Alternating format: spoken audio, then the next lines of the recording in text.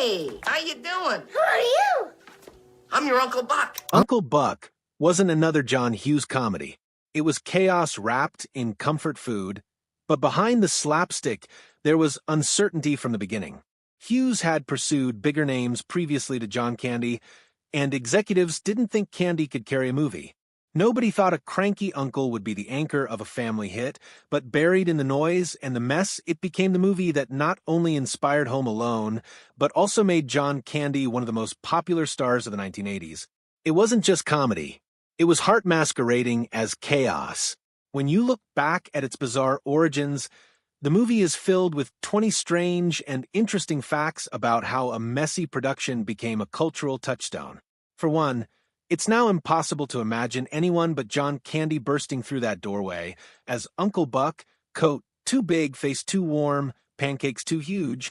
But when John Hughes originally came up with the movie, Candy wasn't even on the list. Hughes wanted star power. He pursued Jack Nicholson, thinking his wild-eyed unpredictability would electrify the role. Nicholson declined.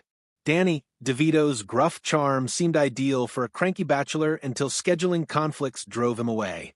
Even Robin Williams's name circulated, his manic energy providing a different kind of chaos, but none of them stuck. Candy, meanwhile, wasn't the obvious choice. He was beloved, yes, but mostly in ensembles or sketch comedy.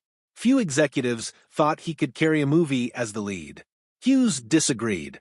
He ripped back into the script, reshaping Buck's sharp edges with Candy's signature warmth and humor in mind. When cameras finally rolled, the gamble paid off. Candy transformed a foul-mouthed slob into a character audiences loved. Messy but tender, crude but lovable.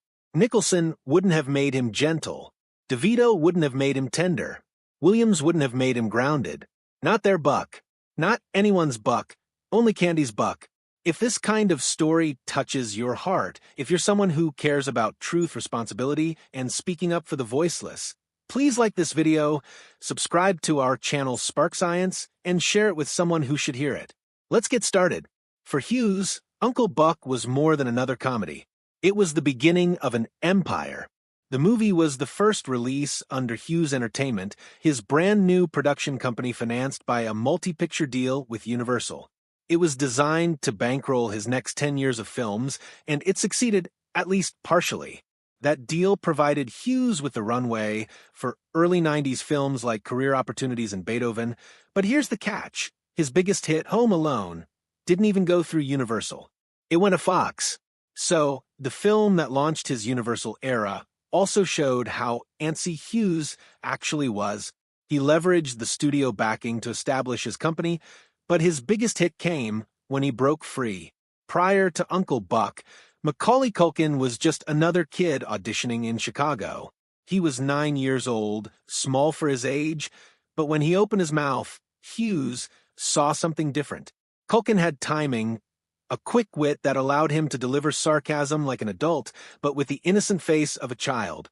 Hughes cast him as Miles, the sassy younger brother, and on-set Culkin showed he could do more than just memorize lines.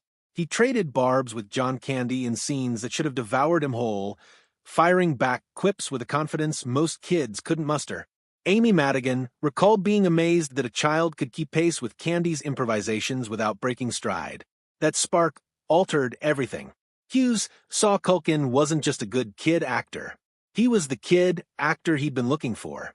In that instant, Hughes started sketching an idea in his head. What if this kid wasn't just part of the mayhem, but the hub of it? For Culkin, Uncle Buck wasn't merely a first big role. It was the movie that persuaded Hughes to write Home Alone specifically for him. One sarcastic 9-year-old had stood his ground against John Candy, and then came the scene that would alter movie history, the interrogation through the mail slot. Where do you live? In the city. What do you do for a living? Lots of things. Where's your office? I don't have one. Do you have kids?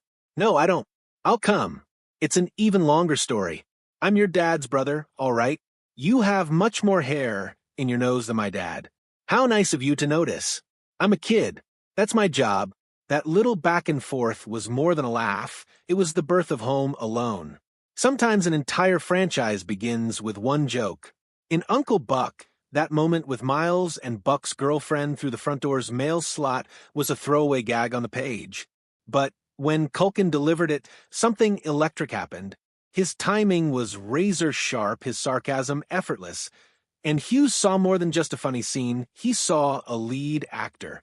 What if this kid weren't just interrogating a babysitter, but burglars? What if the whole movie belonged to him? That single spark grew into Home Alone, a $476 million global phenomenon.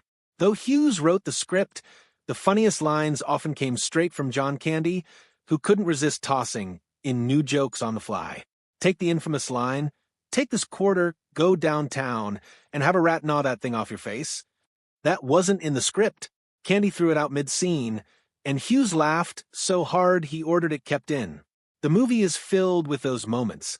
Candy refusing to color inside the lines, trusting his instincts to make Buck sharper, funnier, and more unpredictable. Amy Madigan admitted it was almost impossible to keep a straight face when Candy riffed. He would purposely lob new lines during her close-ups, trying to break her composure while the cameras rolled. The result was a film where even the actors looked like they were barely holding it together. Candy didn't just create Uncle Buck.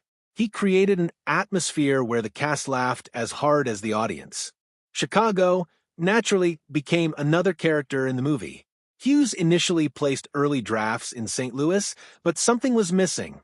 Chicago wasn't merely a backdrop to him. It was home, shorthand for his character's flaws and quirks. Shifting the story back provided texture. The slushy streets, the biting wind, the plain houses where extraordinary mayhem unfolded. Classrooms were shot inside New Trier High School in Illinois, an actual building Hughes enjoyed using, adding authenticity that made Buck's confrontation with the assistant principal even funnier because it felt like it was occurring in the school you attended. Then there are the pancakes. That mountain wasn't movie magic. Candy flipped them himself over a hot griddle, huge stacks cooked with flour, eggs, and smoke filling the set. The syrup was thinned out to prevent a gluey mass, but otherwise it was real breakfast cooked by a man who was his character. Another heart of the movie was Buck's tension with his niece Tia. On screen, it was sarcasm and slammed doors. But off-screen, John Candy treated Jean Louisa Kelly with warmth and kindness, even surprising her with a birthday cake on set. He became family to her, not merely a co-star. One of the movie's funniest gags occurs when Buck decks a drunk clown, played by none other than Mike Starr, known for his mobster roles in Goodfellas and Dumb and Dumber. The irony made the gag hit harder. And if you travel to Illinois today, you can still see the Russell family's house at 2602 Lincoln Street in Evanston or Buck's grimy apartment across from Wrigley Field. Fans still make pilgrimages. Even the marketing changed. The theatrical poster featured the family attempting to keep Buck out, but the VHS version featured the kids, rebranding the movie as a family comedy. Critics in 1989 weren't generous, calling it crude and uneven, but audiences didn't agree. Families adored it, making it a $79 million hit on a $15 million budget. It proved Candy could star, redefining his career. But every effort to continue the story, whether the CBS sitcom in 1990, the ABC revival in 2016, or even the Indian remake Uncle Bun, failed without Candy. Because without him, there was no Uncle Buck. The Mercury Marquis car, dubbed the Beast, became nearly as iconic as Candy, its absurd backfires constructed from layered sound effects. And then there's the bittersweet truth. Uncle Buck was the last big Hughes film written specifically for Candy. Their collaboration had defined much of the 1980s, but after this, Hughes went on to Home Alone and other films. Uncle Buck is their final great collaboration. It cemented Candy not only as a comedian, but as a leading man with warmth. For many, this was the role that cemented him the moment he ceased being a sidekick and became a star. More than 3 decades later, Uncle Buck endures not only as comedy, but as a time capsule of late 1980s suburbia. The smoke-spewing car, Candy's trench coat, cassette tapes, giant pancakes, the sloppy warmth of a man who didn't play by the rules, but whose heart always shone through. It endured shaky reviews, failed spin-offs, and doubts about Candy, and instead gave us Culkin's first spark, Hughes' last great Candy role, and a time capsule of a decade when comedies were rough but full of heart. Uncle Buck could have been forgotten, just another sloppy comedy, but instead it became one of the most enduring family films of its